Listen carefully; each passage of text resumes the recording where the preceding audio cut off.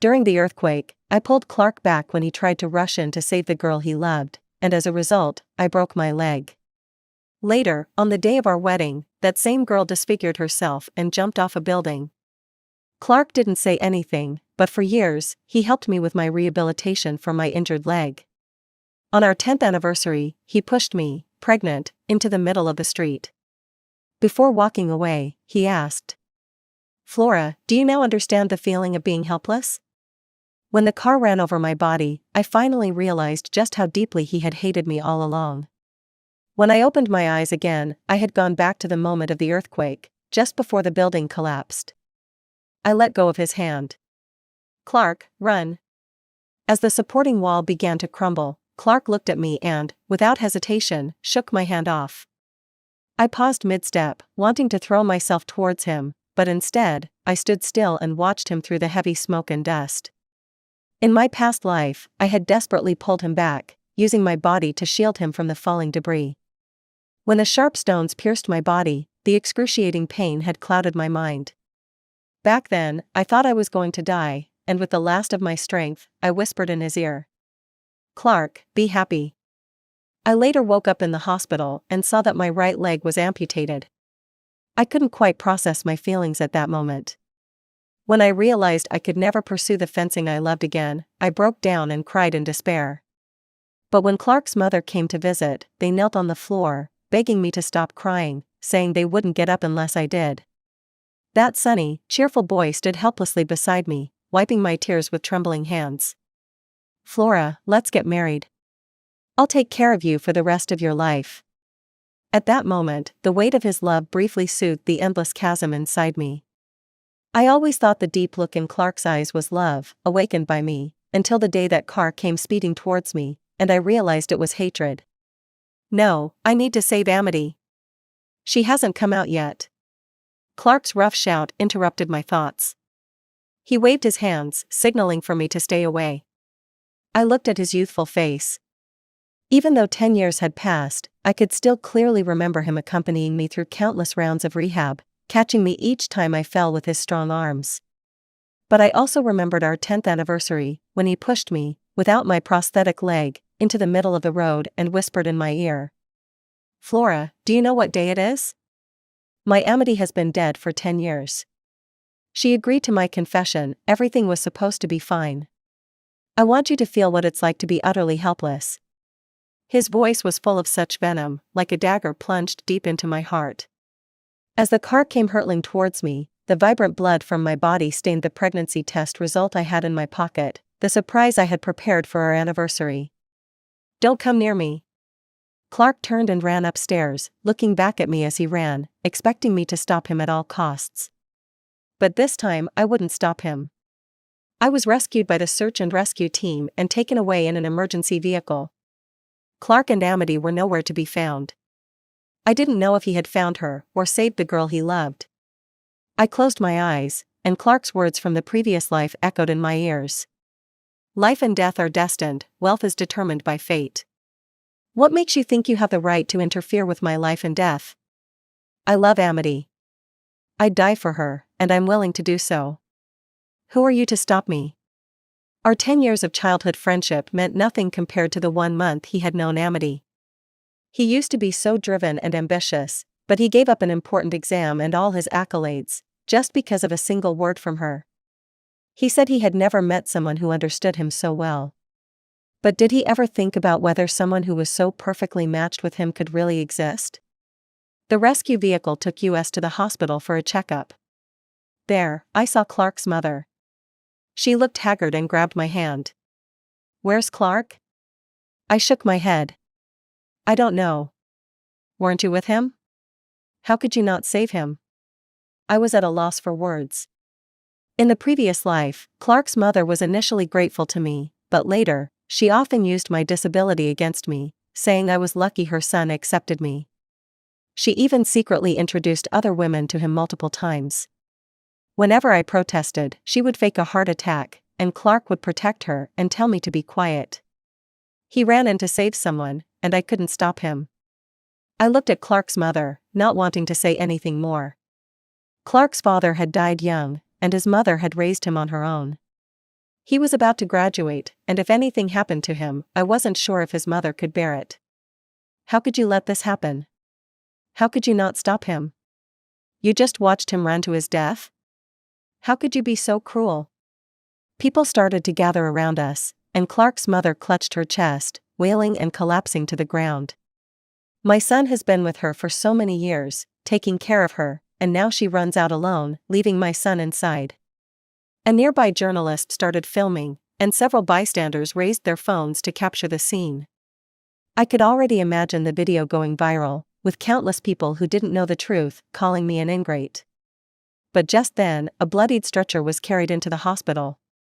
Clark's mother, who had been sprawled on the ground, leaped up like a fish and threw herself onto it. It was Clark, covered in blood, his arm tightly bandaged, with large patches of flesh exposed. Are you insane? Why did you go in to save her? What if something happened to you? How am I supposed to live without you? Her anguished cries echoed through the hallway, but Clark just smiled weakly. I saved Amity. As long as Amity is safe, I'm willing to do anything. The people around us exchanged shocked looks. Amity? Isn't that some other girl? Hasn't he been dating this girl for years? Who's Amity? Isn't this emotional blackmail? So, only your son's life matters, and no one else's does? As the crowd began to turn against her, Clark's mother collapsed backward, her face pale. She wasn't pretending this time. The medical staff rushed over to attend to them both, while I turned and walked into the examination room, no longer concerned. The checkup showed I was fine, and as I was leaving the hospital, I heard news about Clark. He survived, but his arm had to be amputated.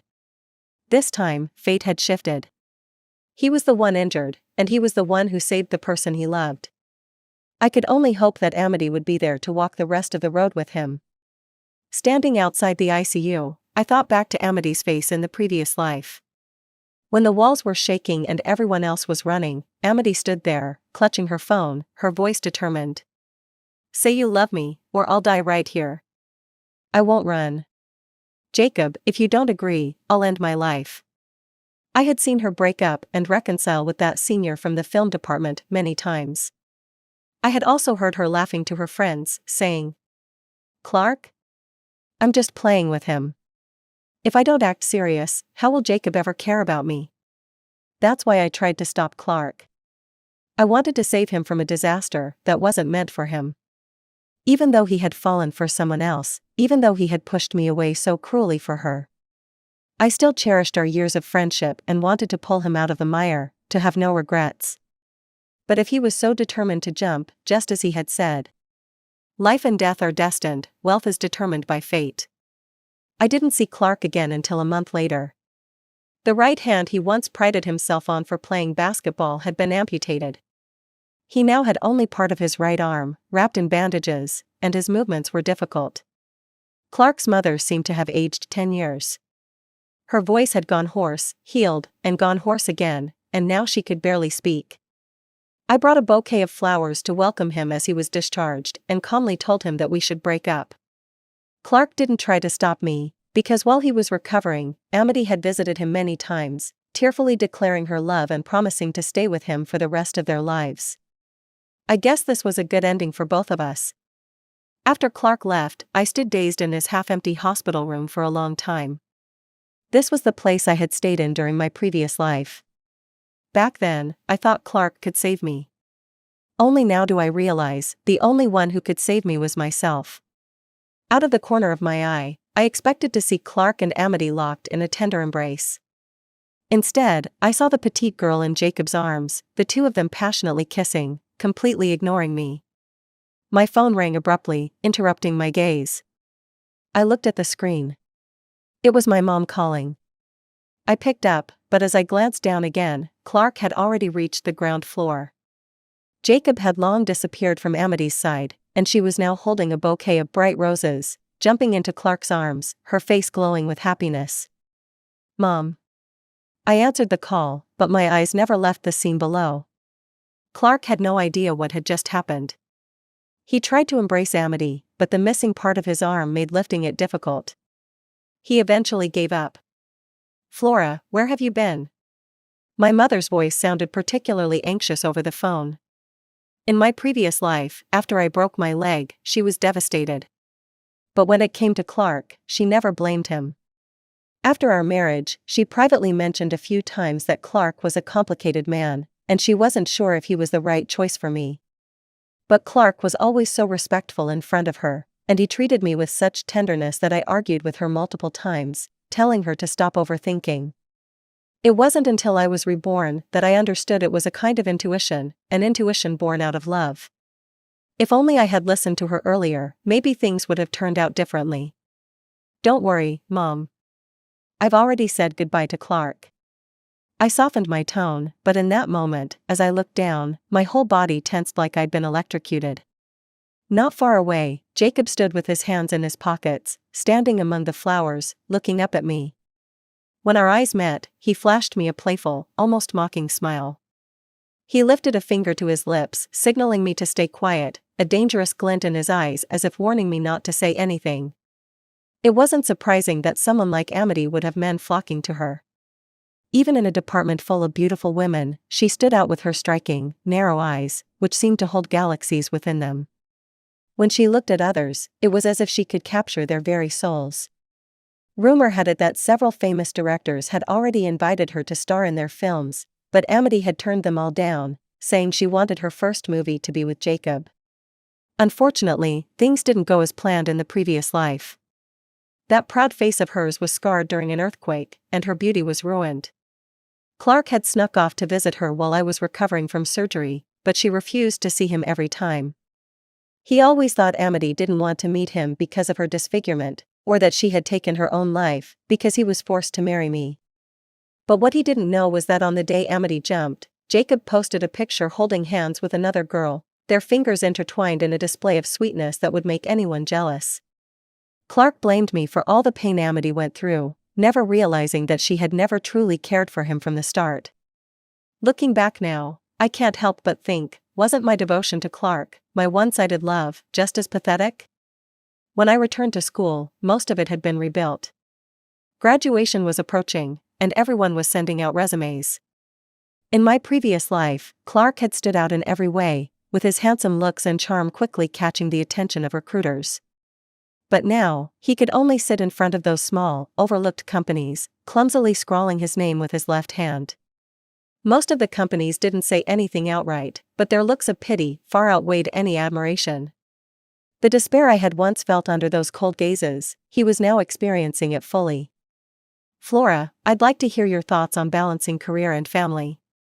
The interviewer in front of me held my resume, looking at me with interest. It's common for young women like me to face such questions during job interviews, and I understood that. I turned my head, memories flashing through my mind, and after a moment of reflection, I spoke firmly. I was born to be a mountain, not a stream. The interviewer seemed momentarily taken aback, then smiled gently, nodding. All right, Flora. One last question. You've applied for a position as a wheelchair fencing coach. Could you tell me why this role holds special meaning for you? My hand, resting under the table, touched my right knee, and I slowly rotated my ankle. The joy of regaining what I had lost still lingered in my heart. In my previous life, I had hit rock bottom. I grew to hate the sport of fencing that I had once loved. Every time I saw one of my favorite matches on TV, I would lose control and smash the screen. It wasn't until much later, when I had calmed down, that I tried wheelchair fencing. The female coach I met back then handed me a sword and said, even without legs, if you grow wings, you can still fly. But by then, my body had deteriorated too much to pick up my dream again. Now that I've been given another chance, now that I understand the pain I've endured, I want to help others find the joy in life alongside me. Faster, higher, stronger is more of a mindset to me. I believe that physical limitations should never be a barrier to pursuing one's dreams. Those were the words that Coach had once said to me. They are also my belated comfort to myself. As the event ended, I saw Clark and Amity. She stood by his side, as eye-catching as ever, her voice soft and sweet. Clark, don't worry. It's okay if you don't have a job. I'll take care of you for the rest of your life. Hearing that familiar conversation, I chuckled softly. I'll find someone to get you a job, something easy with good pay. I don't need you to do that. I can't believe no one wants me. Amity, give me some time. Trust me. Amity clearly didn't like Clark. Her care for him was likely to avoid being criticized by others. But for someone like Clark, who had always been a golden boy, how could he tolerate being taken care of by a woman? Even now, he still believed he could make a name for himself. But his failure to attend an exam in order to accompany Amity to a competition had left a glaring flaw in his academic record. Besides, recovery was a long process, and Clark had lost the head start he once had in his career. To reach the same heights as before, he would need to work 1,000 times harder. I walked past them without turning my head, but as I passed by, I heard Clark deliberately raise his voice. Amity, I'll make you happy.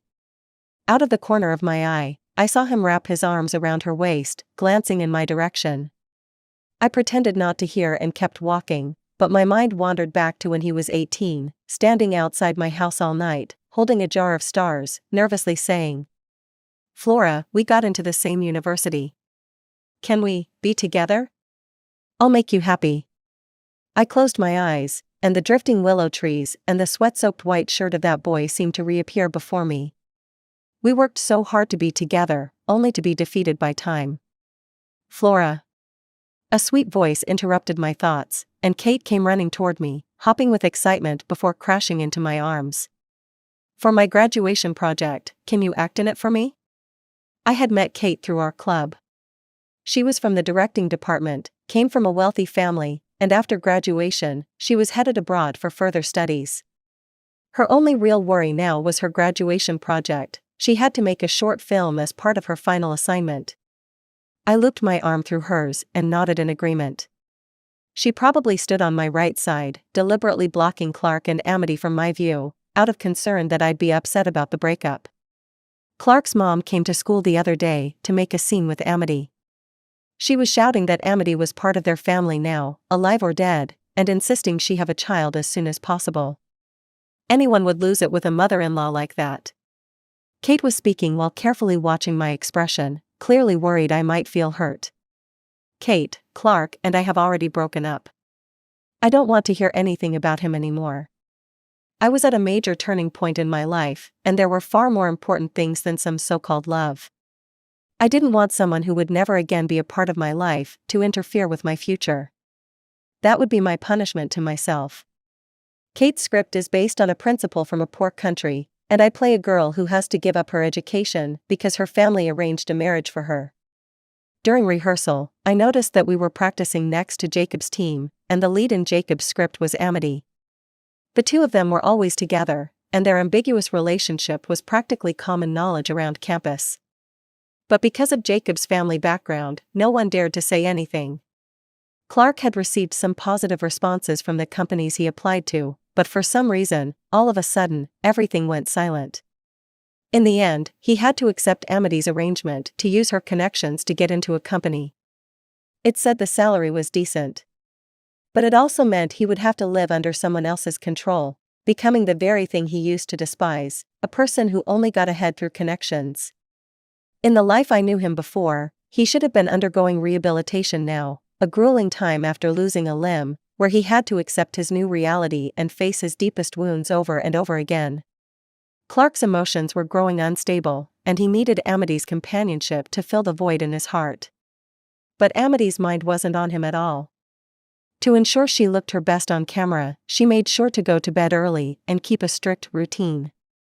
Maybe because she was completely immersed in love, she became even more radiant. During breaks in rehearsal, I often overheard her on the phone, sounding annoyed. I told you I'm busy. The crew has a meeting tonight, I don't have time to go with you. Sometimes, when Clark would come looking for her, she'd make up an excuse to avoid him, leaving instructions to those around her. Don't tell him I'm here. On Valentine's Day, Clark showed up with flowers for Amity, but she was too busy rehearsing to even greet him. In front of everyone, Clark couldn't hold back his frustration. He threw the bouquet on the ground and coldly demanded, Amity, I've called you so many times, and you didn't answer. What are you trying to do? Everyone froze, but Amity didn't give him a kind response.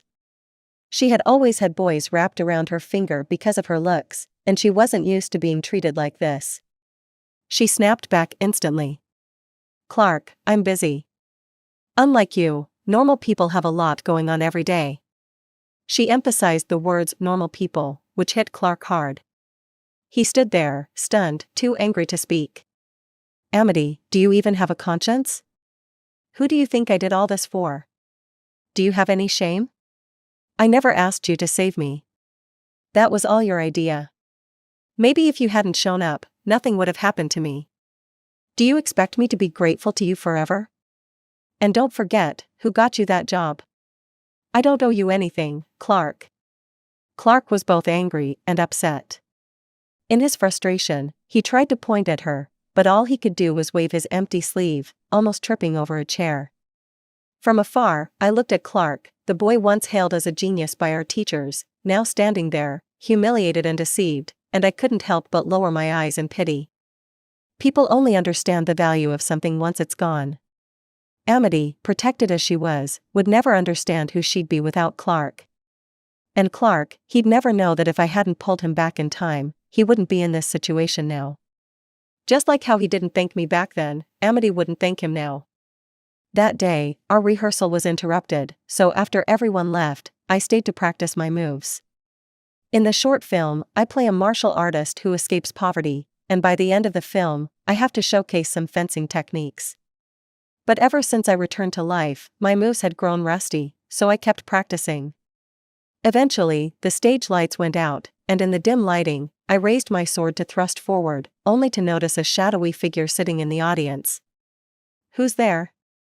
Startled, I nearly dropped my sword. "You're pretty good," said Jacob. He raised an eyebrow, his dark eyes gleaming like a ghost. "Clark isn't good enough for you." I thought he was warning me not to say anything about what I'd seen, so I brought it up first.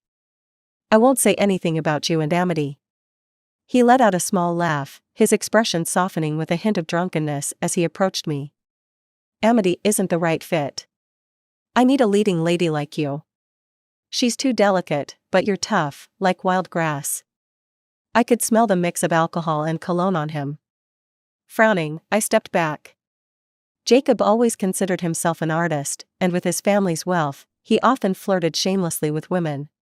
Many girls, for their own reasons, tolerated his advances. But I shot him a cold look and stepped back again. "Who I end up with is my own business, and it has nothing to do with you." I started to take off my costume to leave, but Jacob followed me and grabbed my sleeve. "Flora, has anyone ever told you? You're different. If we were together, don't you think Clark would be heartbroken? Wouldn't it be fun to see him chase after you again?" I admit, for a moment, I was tempted. But I quickly suppressed the thought. I don't need a man's pursuit to prove my worth, nor do I need his regret to show that I'm good enough. I don't need any man or woman to validate my perfection. I don't want to have anything to do with Clark anymore. If you bother me again, I'll make sure everyone knows what I know. That won't end well for you." I coldly took off my costume and walked out of the theater. After that day, Clark and Amity started giving each other the cold shoulder. He stopped coming to the theater to see her, and they no longer appeared together at school. He thought he was punishing her, but it was exactly what she had wanted. On my birthday, Kate organized the whole crew to celebrate for me. While we were at the restaurant, I received a text from an unknown number. Happy birthday." The way they addressed me made me immediately think of Clark. In the first love letter he wrote me when we were 17, that's how he addressed me. But without hesitation, I deleted the message. As we left the restaurant and headed back to school, I was surrounded by a crowd. I was a bit drunk, and one of the boys walking beside me kept trying to offer me a hand, but hesitated and pulled back each time. I noticed, but said nothing. Under the streetlight, I saw a tall, thin figure standing alone. The boy beside me noticed first and quietly stepped away. "Flora." Clark's voice was tightly controlled, but I could still hear the emotion in it. "Happy birthday." After the brief exchange, I nodded. "Thanks." In his left hand, he held an ugly bunch of paper stars. They didn't turn out well. He took a step forward, and I took one back. The wind blew, scattering the paper stars across the ground. Neither of us bent down to pick them up. "I'm going to the Capitol to get a prosthetic," he said, his voice tinged with a quiet sadness. In the 4 years we were together, I never missed any of his big moments. I was always there for him through the hardest times. In our sophomore year, he injured his arm in a bike accident, his shirt stained with blood. But he still brought me a birthday cake without a word. When I rolled up his sleeve to tend to the wound, this boy, who was a head taller than me and usually so full of himself, burst into tears, looking so pitiful. But now, in this darkest moment of his life, I wouldn't be there with him anymore. "I wish you the best," I said, my face emotionless, cold as ice. "Flora, why are you so heartless? Can't we even stay friends?" A few people nearby looked over with questioning glances. I raised my eyes and stared straight at him.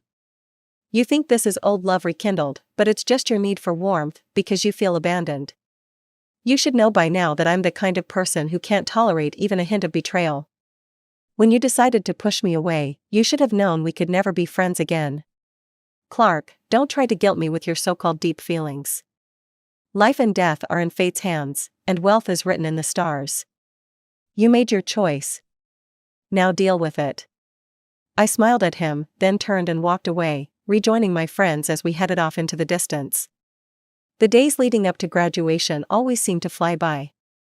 With rehearsals day after day, I hadn't realized a whole month had passed. Jacob had started giving me expensive gifts every now and then.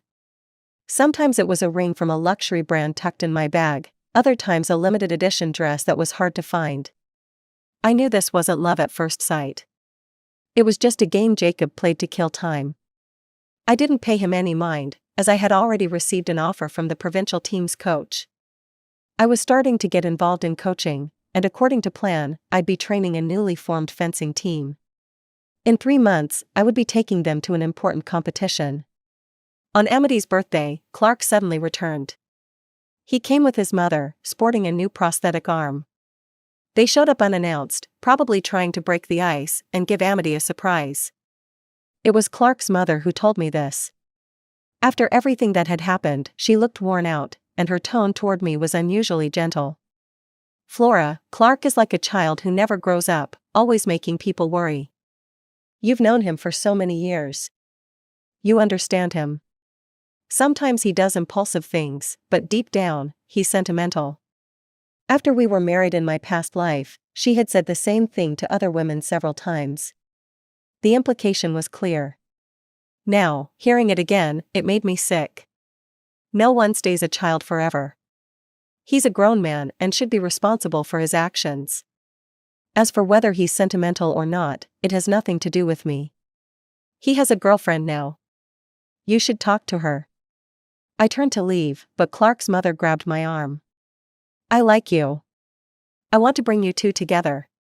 Otherwise, you know, his relationship with that girl is going well, and she's got a job now too.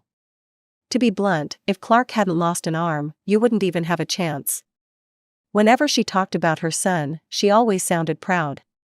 Apparently, Clark hadn't told her about using connections to get a job or the fights he'd had with Amity. Clark's mother didn't really like me either. She just thought Amity was too unruly and wanted me to take over her mess of a son. I knew from experience how difficult she could be, so I was curious to see what kind of sparks would fly between someone as high and mighty as her and a spoiled princess like Amity. "Well, then I wish them the best, okay? May they live happily ever after. You don't need to waste your time trying to match us. I'm not good enough for your precious son." Clark's mother scoffed, grabbed her purse, and stormed off.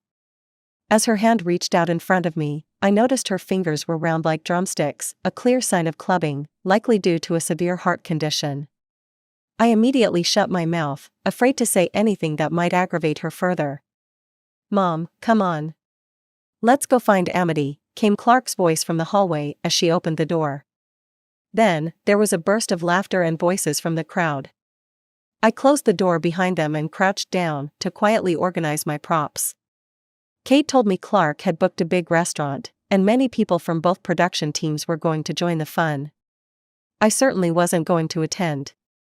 After packing up, I left. I was busy coaching every day and had no time to pay attention to the gossip. But just as I reached the school gate, I saw an ambulance speeding in, and groups of students were rushing toward the performance building. "Hurry up!"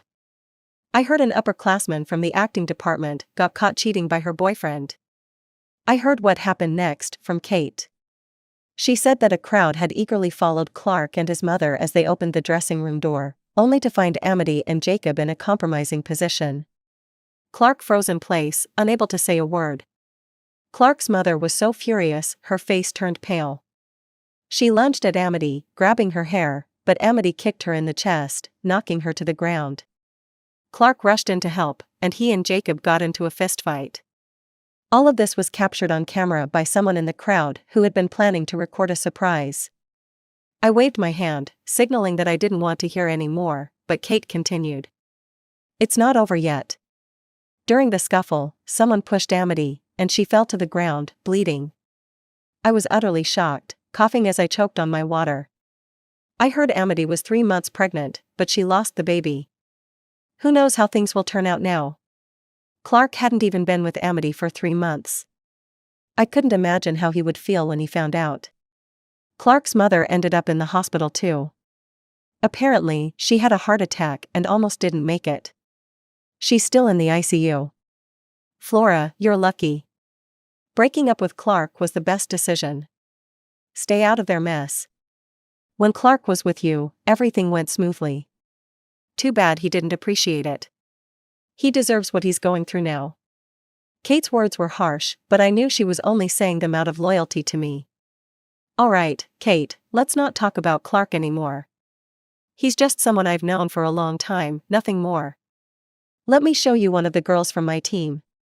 Look how beautifully she moves.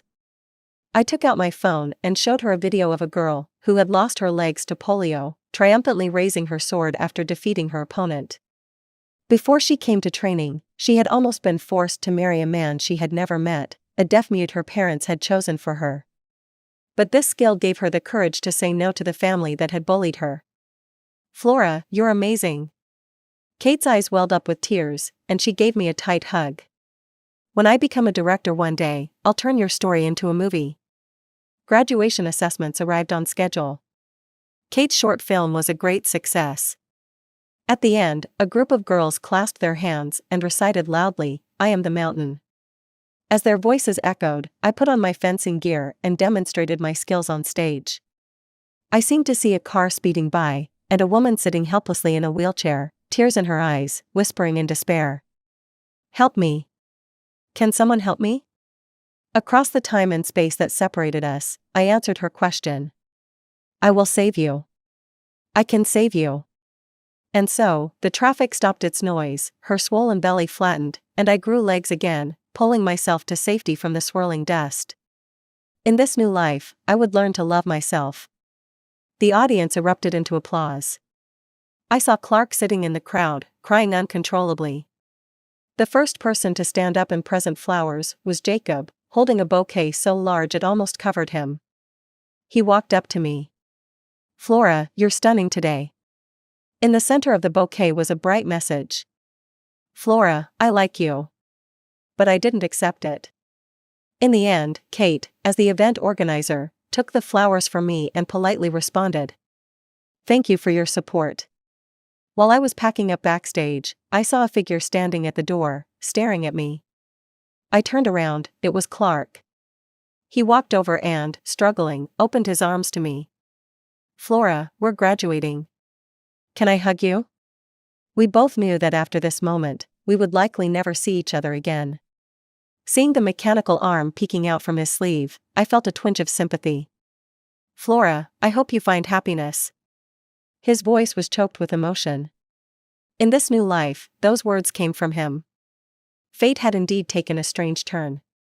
If, when I barged in that day, you had pulled me back, things might have been different. I would have realized my mistake. "Flora, I'm sorry. I was wrong." Clark's lips trembled, and his head hung low as tears fell to the ground. I smiled. "Clark, a person who refuses to own up to their actions is a coward. If you didn't regret it, I might respect you a little more." You don't need my forgiveness, because I don't matter to you, and you don't matter to me either. I finished packing and left the dressing room. This time I was truly leaving all the darkness of my past behind. After leaving school, I rarely paid attention to those people anymore.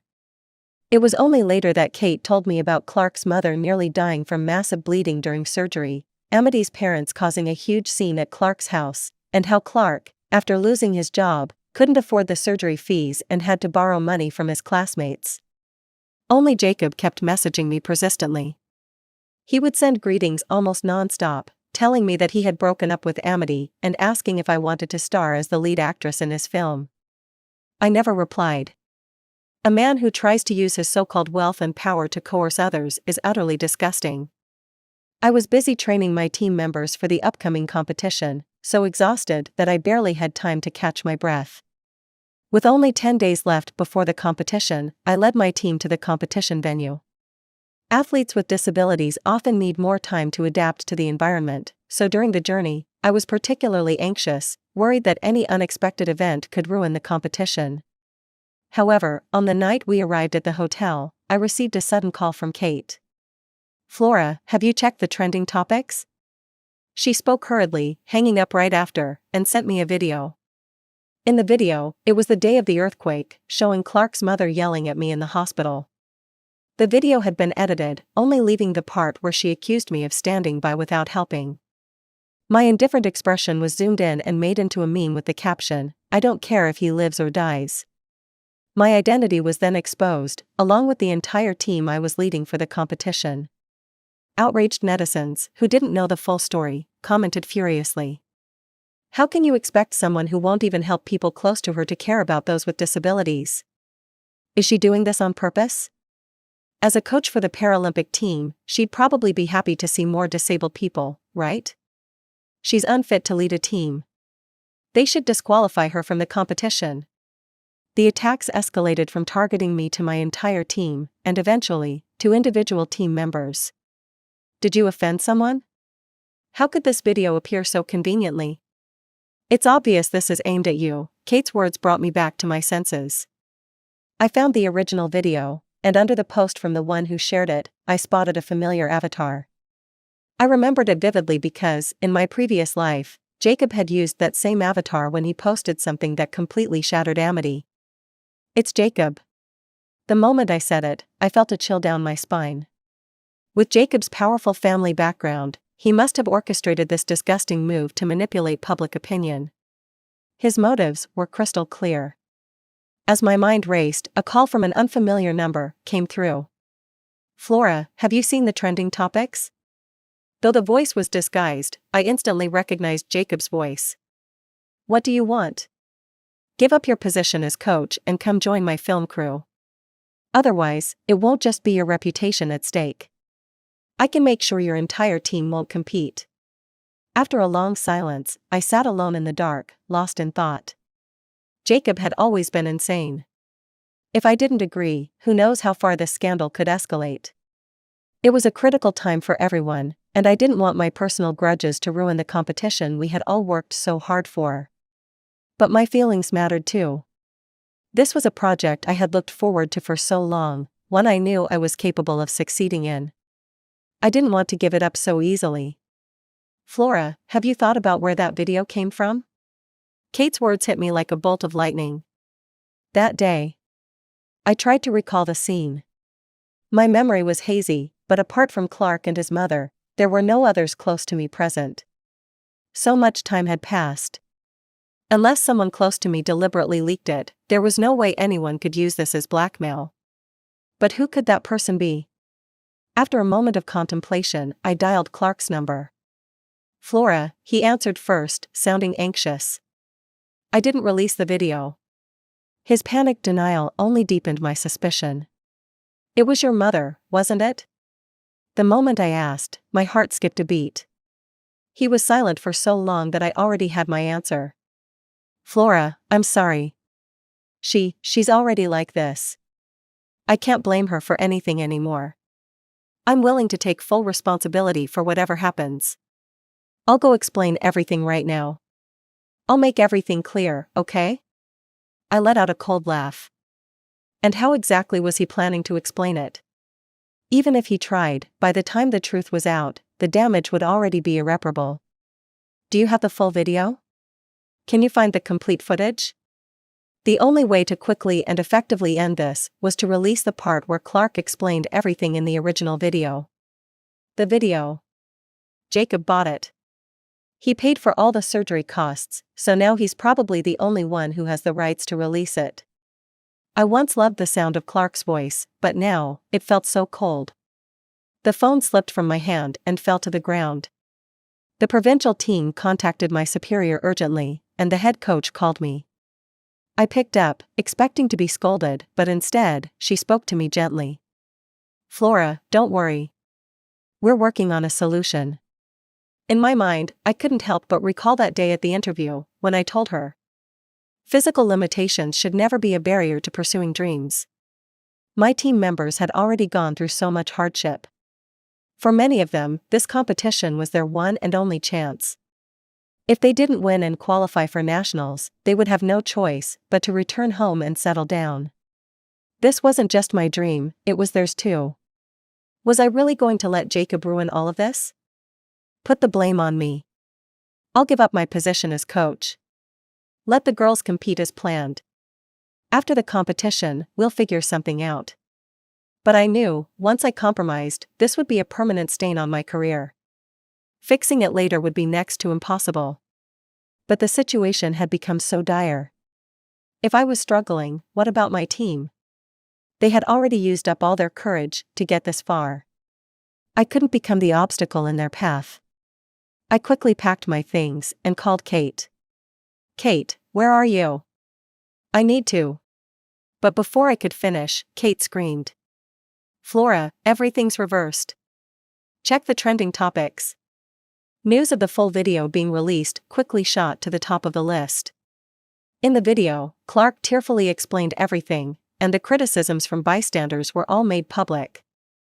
The tide of public opinion shifted instantly, focusing instead on the connection between Clark and the mysterious Amity. Within half an hour, the news was completely taken down, swiftly and cleanly. A harmless entertainment story soon replaced it as the top headline. If someone wasn't pulling strings behind the scenes, I wouldn't have believed it. I realized that if Amity's true identity were exposed, finding Jacob wouldn't be difficult either. So Jacob probably didn't want things to escalate any further. But the person who managed to release the full video and foil Jacob's plan, I still didn't know who that was. After that storm passed, Jacob never contacted me again. The competition preparations continued in full swing, and everything that had happened seemed like just a minor hiccup in the process. Things went exceptionally well afterward. My team triumphed in the provincial competition, outperforming everyone, with all 3 top spots taken by my team members. Under the dazzling lights, those girls smiled as they pushed their wheelchairs, hugging each other tightly to the tune of Stars and Sea. Because of that little mishap before the competition, the event drew more attention than ever. The girl who won the championship soon caught the eye of advertising companies, who promised to cover all her future training expenses. Amid the cheers and applause, I received a phone call. When I pressed the call button, an unexpected voice echoed in my ear. "Flora, you were amazing." That voice, distant yet familiar, instantly pulled my memories back to the previous life. In that dim hospital room, the TV on the wall was broadcasting live news. At that time, I suffered from severe insomnia, unable to sleep night after night, teetering on the edge of breakdown and despair. Until one evening, listening to a news interview, the steady yet gentle voice of the female reporter reading a brief bulletin gave me a strange sense of peace. Later, during those unbearable days, I got used to falling asleep to the sound of her voice. Then, one day, her face appeared on the live news. They said she was a reporter covering post-disaster stories who had fallen to her death from the 17th floor of the hospital. The conclusion was that she had witnessed too many injured victims during the earthquake, leading to emotional despair and suicide. The program replayed clips of her interviews. After each interview, her comforting words were always so firm and uplifting. I didn't know what had happened to her to cause such a sudden death, but something about the whole story felt vaguely wrong to me. Hearing her voice again now brought tears to my eyes. We arranged to meet at a cafe. Was it you who released the full video? The person sitting in front of me was named Marina. Her round face gradually overlapped with the person behind the camera that day. I was grateful that, in this life, such a tragedy hadn't happened to her. Yes, it was me. Her voice was still as pleasant as ever, soft like a stream flowing gently through my heart. Why help me? Since Jacob had used such evidence to threaten me, he must have ensured that all key pieces of evidence were in his possession. And to achieve this, there were only two ways: money or power. As a journalist, she would have been eager to exchange such evidence for Jacob's connections and resources in the media industry. Even if not, there was no need for her to risk offending him just to help me. My daughter is paralyzed. She lowered her head slightly, her eyes tinged with red as she began to speak. On the day of the earthquake, we had planned to go to the park together, but I left for an impromptu interview, leaving her and my husband at home. Later, a fallen pillar crushed her legs. What about your husband? She smiled faintly.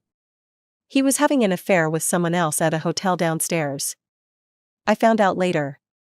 In my mind, I pictured the hospital where she fell in my past life. I guessed it was likely the place where her daughter was receiving treatment. My daughter loved dancing. Her teacher said she was very talented and wanted to recommend her to the best dance school. Her voice choked up. She's so young. How could she accept this? She resisted treatment and was in a terrible state until. She looked up at me. During the post-disaster reconstruction, I participated in your school's recruitment event. I heard what you said and shared your words with my daughter. I even showed her videos of wheelchair fencing. She cried for a long time that night. The next morning, she told me, "Mom, I can still dance in a wheelchair." She also gave me her already written suicide note. I looked up at her in shock. If it weren't for you, she might not be alive. And if she weren't here, I don't know if I'd have the strength to keep going. The black and white photo from the past still lingered in my mind, and my heart trembled. So much had happened, and I never imagined this would be the outcome. Jacob contacted me, offering a fortune for the video, but I told him the camera malfunctioned that day, and I didn't record anything. Her daughter was receiving expensive treatment, and she was also in the middle of a divorce battle with her ex-husband. Such difficulties meant she would undoubtedly need a large sum of money. She hadn't mentioned it, but I knew how tough it must have been. If it weren't for you, I don't know what I'd be like now. She looked up at me, her words still as firm as ever. I used to blame myself, thinking I wasn't good enough, that I couldn't keep my husband, and that's why my daughter suffered this disaster. But you were right. We are mountains, not streams. Why should we stop because of a small ditch? What I should do is make him pay. If your story must have a savior with a twist ending, I hope she's a woman. We aren't fools who fight each other over men. Our swords can point toward cowards too. With that, she left. While entertainment news was exploding, I was at the fencing team's celebration party. This time, it was Jacob who was in the spotlight. What was revealed was the explosive footage taken at Amity's birthday party. In the video, two disheveled people hurriedly separated, followed by Clark, holding a bouquet with a shocked expression. The relationship between the three became the subject of repeated speculation, escalating until it ignited public outrage. I didn't know how Marina got that video from one of Jacob's friends, but I knew that traitors would eventually be betrayed, and those who gather for profit would ultimately part when the gain runs out. That's the way of the world. Amity's acting career plummeted just as it began. Netizens compared her with the girl in the video, taking a long time to confirm that it was her. It wasn't until I saw her recent photos that I realized the stunning beauty from before was gone. Seeing that there was no way to salvage the situation, even her agent came forward, saying that after her breakup, Amity had spiraled into mental instability, undergoing multiple cosmetic surgeries. After several failed attempts, her once naturally beautiful face had been completely ruined. Now, at just over 20, her face was stiff and unrecognizable. Without her looks, she became a scapegoat for public outrage, her reputation destroyed. Even a private comment she once made to a friend was leaked. Clark? I was just playing with him. If I didn't put on a real show, how would Jacob ever feel hurt? I didn't know if Clark followed entertainment news, nor how he'd feel hearing that voice recording. In the end, the story concluded with Jacob's investors being exposed for tax evasion. It was said that the seemingly upright man had been having affairs, and in the end, his ex-wife testified against him. Now, he faces the full force of the law. We'll continue to follow this story. This is Marina, reporting. At the end of the news segment, her familiar voice echoed in my ears. Her eyes curved slightly, her tone light and flowing, but there was a sense of liberation in her words. The next time I saw Kate, many years had passed. She had returned from studying abroad. To avoid pressure from her family to get married, she'd become a famous director while proving herself in the film industry. She found me and said the movie based on my life was already in the works. In her graduating class, many directors had made names for themselves, but ironically, Jacob had fallen the hardest. No one in the industry even knew his whereabouts anymore, proving he'd been completely forgotten. Kate asked me if there were any lines I wanted to keep in the movie. I wrote one down for her. Many years ago, someone once told me, life and death are fate, wealth and honor are in the hands of the heavens. But what I want to tell you is that if you refuse to give up, your fate can be in your own hands.